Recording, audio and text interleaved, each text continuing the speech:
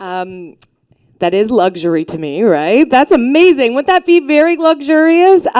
Brian just told the most beautiful story about what luxury is to him, and mine is the complete opposite. Like, luxury to me is like just being dressed in the most expensive clothing, guys. I just read the word for what it is. Like, I put on my luxurious outfit for you today. I'm wearing my Gucci sweatshirt, which, even though it's a knockoff, cost me a fortune.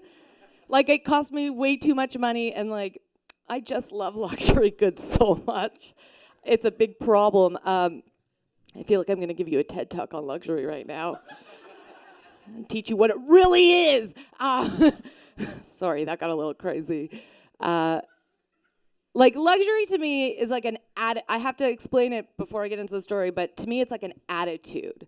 It's not about just buying expensive things, but it's like being I sound like such an awful person now. It's like being better than people. Like, you know what I mean? Like, that's what I think of about luxury. Like, you're just like, fuck off.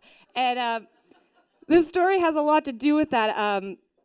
So a little bit about me.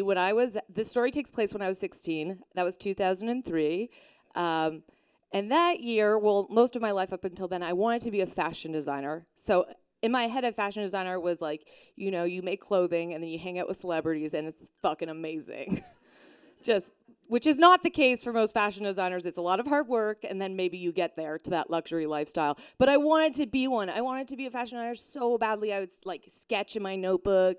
I would talk about it everywhere I go. But specifically, I would talk about it in my grade 11 English class. My teacher didn't really teach us stuff. She would just let us have a lot of free time. Which allowed for me to sketch and talk about how I was going to be an amazing fashion designer, and everyone in the class knew this. Like, I'm a blabber, I talk to everyone, and I took fashion design in high school. We had a class that could teach us how to sew, so I'd show everyone my work, I would show my teacher, I'd be like, look at this blazer I made. And like, I had this attitude, I had this really terrible attitude, which was weird because I didn't have many friends. Like, you would think I would have been part of the cool kids, but I was not. The exact opposite. And my best friend was in the class, and we would talk about this fashion life I was going to lead. And one day, this guy approaches me, bigger nerd than me, 100%. And he comes up to me, he's like, have you ever thought about being a stylist? And I was like, this is how I talked. I was like, yeah, why?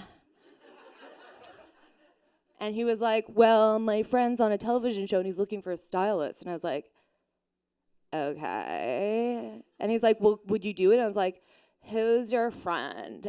Who is your friend? And he was like, oh, he's like the black kid on Degrassi. And I was like, that loser is going nowhere. Nowhere. There is no way I'm going to no way. You cannot help that guy get better clothing. No. And I was like serious. I was like, fuck it. Like, I know you have to start from the bottom, right? But I wasn't going to do that. I wanted to be up here already. So I was like, fuck it. And that guy was like, okay. Now looking back on it, I'm really mad.